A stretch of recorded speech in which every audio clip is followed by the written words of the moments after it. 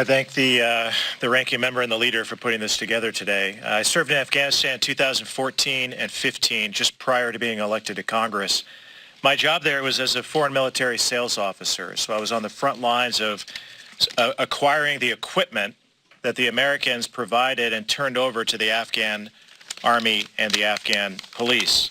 I'm going to read to you what is so painful for me and so many other Afghan veterans who served in that capacity and others who served as a part of the train, advise, and assist, equip effort in helping the Afghans. We now know that due to the negligence of this administration, the Taliban now has access to over $85 billion worth of American military equipment.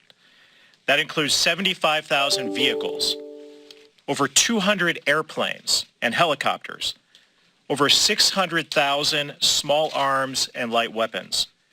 The Taliban now has more Black Hawk helicopters than 85% of the countries in the world.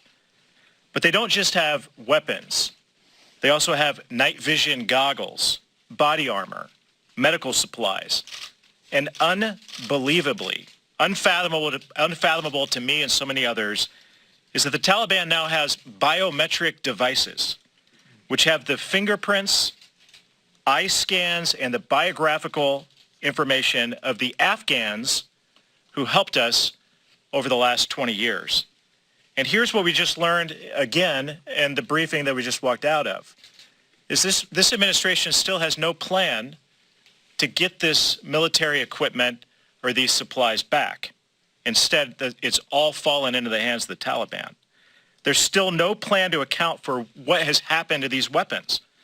I can tell you with Ranking Member Rogers behind me that HASC Republicans will fight next week when we go through the National Defense Authorization markup to fight for a plan. If this administration, the Democrats aren't going to do it, we will do it.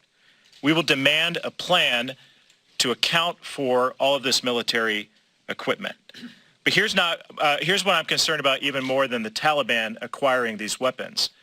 It's that we know that Al-Qaeda and ISIS-K still exist and are growing in Afghanistan, and eventually they acquire these weapons. And as I said before, if any American is harmed or killed and not safely evacuated, or if any of this military equipment or weapons are used to harm or kill an American, the blood is directly on Joe Biden's hands. What's also painfully clear from the briefing that we just walked out of is that behind closed doors, the Biden team tells us one thing. They admit mistakes. They know this is a dangerous situation going on in Afghanistan.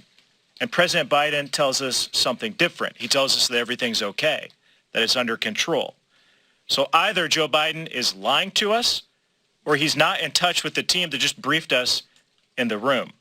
And that's a shame as well. So with that, I yield to Representative Waltz from Florida, a fellow Afghanistan veteran.